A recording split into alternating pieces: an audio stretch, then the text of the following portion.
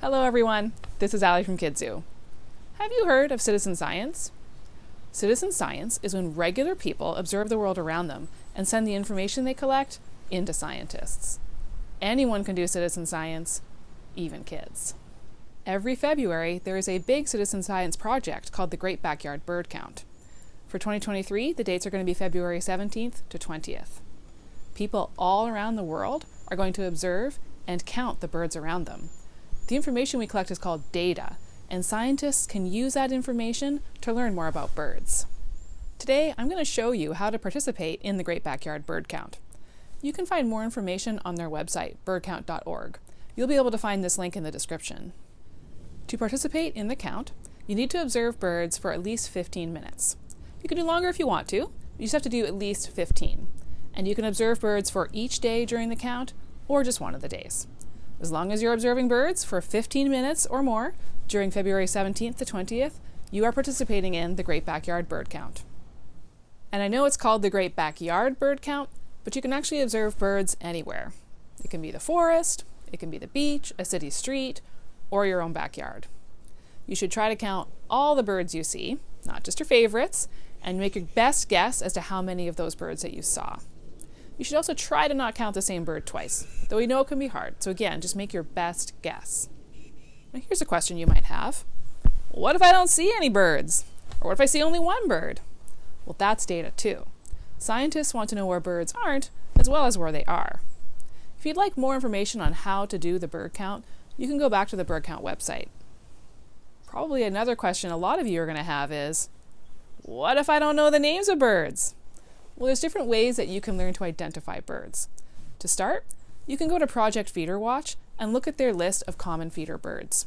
Probably a lot of the birds you're going to see in your own neighborhood are going to be on this list. You can find a link to it in the description. Okay, here we are on the page for Project Feeder Watch's list of common feeder birds. So all you got to do is click on your bird list and then select your region. And so we're going to do the southeast for North Carolina. And then here you are, several birds that you might recognize, and if you don't know the names, you can just click on them, and you'll also get some more information about that bird once you click on it. There's another way to identify birds. You can use the Merlin Bird ID app, which was developed by the Cornell Lab of Ornithology. You can download it for free and have it with you while you're outside birding. There's a link to it in the description, and here's how to use it. Okay, the first thing you're going to do the first time you use Merlin is you're going to go up to the top left and you need to select a bird pack, which is a little bit lower down. You see bird packs, which is basically a library of birds that are going to be commonly seen in your area. So you can see I have the US Southeast for North Carolina, but if you live, say, on the West Coast or you live in a completely different country, you're going to need to pick a different bird pack because that's going to allow Merlin to make a really good guess about what kind of birds you're seeing. And then once you do that, you're going to go back and then you get to start your bird ID. So click on Start Bird ID, and it's going to ask for your location. Now, if you have your location tracking turned on your phone, you can just press Current Location, or you may have some saved ones down below.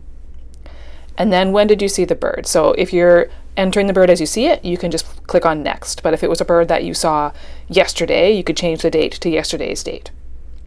And what size was the bird? And it's going to start with some commonly known birds. So sparrow-sized or smaller, robin-sized, crow-sized, or goose-sized or larger, or you could also choose something in between. Now, I saw a bird that was somewhere between a sparrow and a robin. Next, you're going to pick what were the main colors, and you can pick up to 3. So if your bird has more than 3 colors, just pick the 3 main colors that you saw. So I saw a bird that was black and gray. And then it's going to ask where the bird was, because different kinds of birds are going to be in different areas of your neighborhood. So I saw the bird on the ground.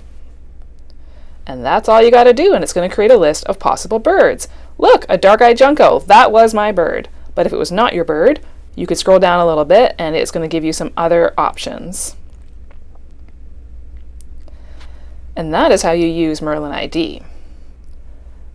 But there is another very useful feature if you go back to the very main page. Sometimes you can hear a bird, but you can't see them. Maybe you're in a bush or you're in the forest and they're up in the trees. So they also have a sound ID. So To do this, you just click on Sound ID, and you're going to get your phone as close as possible to where you can hear the bird, and you're going to press record. And then Merlin is going to use that bird sound to identify your bird. So my bird is a cardinal.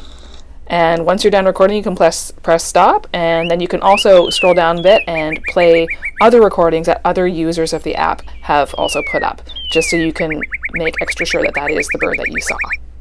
Now, it might be the case that you don't have a smartphone, or you have a smartphone but you don't want the app to be on your phone. It does take up a lot of space. So another option is to use Merlin through the browser. So here I have my browser open on my phone. I am at allaboutbirds.org, which is Cornell's bird website, and you'll see just in the top right it says Bird ID.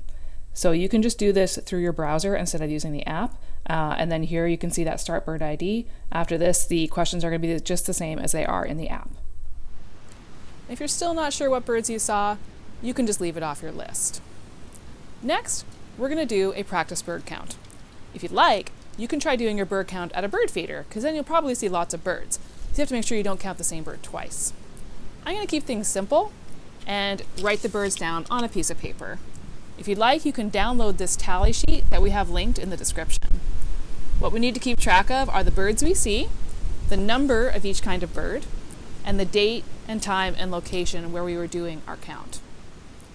There's also an app you can use that will allow you to enter the birds as you see them. I'm going to show you how to do that later.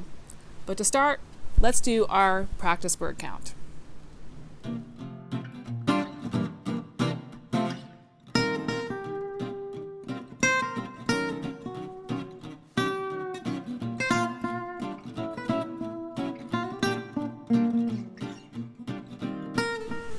Okay, so me and a helper did our count, and we did see a number of birds.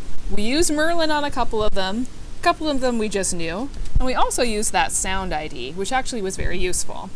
We used the sound ID to identify 2 house finches. We saw a blue jay, 2 American crows, which we saw and we heard and identified with our Merlin sound ID, a Carolina wren, 1 red-winged blackbird, and 2 cardinals. Once you're done your count, there's still one more step. You're going to have to let the folks at the Great Backyard Bird Count know what you saw. Now, there's 2 ways you can do this. There is an app, or you can enter your sightings online using your computer. Either way, you're going to have to set up a free eBird account, which was developed by the Cornell Lab of Ornithology. So to start, I'm going to show you how I can do this using my computer. Okay, so here's how to submit your sightings to eBird. We are at ebird.org/submit. So you can choose a saved location that you might have, or you can just search for your location on the map. And then continue. And you're just going to need to give them some details. So you're going to need to put in the date and what you were doing when you were doing your observation. So we were going for a short walk. You're going to have to put the start time and the duration. So we did just a 1 15-minute walk, and there were 2 of us. And you do have the option to leave comments if you wish.